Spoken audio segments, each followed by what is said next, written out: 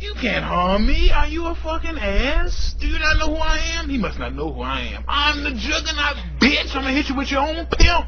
I'm bad. I'm the baddest motherfucker in the world. It's that time of the year again. Patch 6.3 is about to drop by the time of recording this, and already there's plenty of discussion by a fair share of elements. If the previous patch was underwhelming and pretty empty, this one is quite the opposite, full of things, some good, some not so good. So let's dive into it.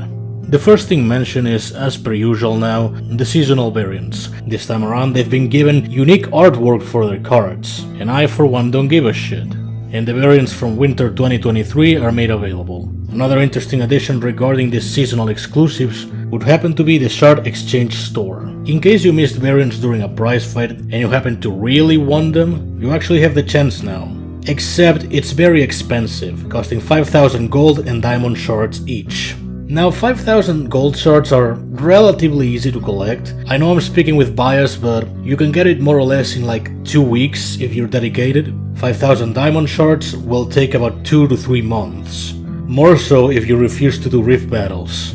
I can understand why it's such a steep cost. I mean, you're buying your way into a variant, you're not just getting it at random. At the same time, I also understand the complaints of being way too steep of a price. Maybe time will tell whether the price was adjusted or not.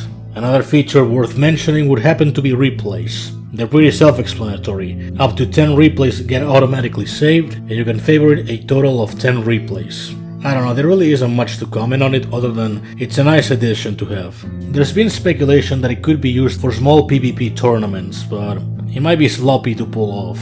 And then we have the big event of the season with the Big Ben update. Now there's way too many things to comment with this, and I will keep them for its dedicated video, which will be practically the next one, so look forward to it. But essentially it redesigns its entire kit to feature a lot of new assets, like Giant Step being a discount Chaos Banish, and Timpani Drive being usable in the air. Certainly interesting changes, and here's hoping it actually makes him much more usable.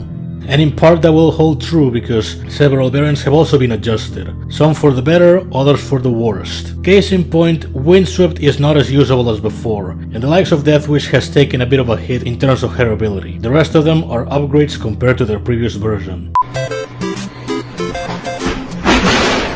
In particular, there's speculation that G.I. Jazz might break the game because of how effective he might be with his armors, but that remains to be seen. And yes, I also plan on making a video on them eventually. I'm sure some of you were expecting a Black Dahlia video soon. Well, you can get fucked. There's also this thing called the Skullgirls mobile hub. I don't really know what this is for, it's just a thing that exists now. There's also more avatars to sell for some reason, as well as login binding rewards. It's allegedly done for security reasons, but you're only in on it for 200 Theonite for free.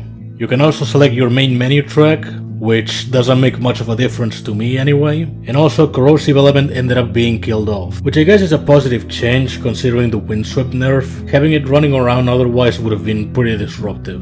So that's 6.3 for the most part. It's definitely a major step up compared to the last one, isn't it? There's a couple changes that may be concerning, mainly G.I. Jazz, but otherwise it's pretty good, I gotta be honest. It's a bit sad that we have to see the likes of Windswept go, but to be fair, she was pretty busted before. In other news, I also want to give a shout out to Lucy Lubies for getting a pretty absurd score.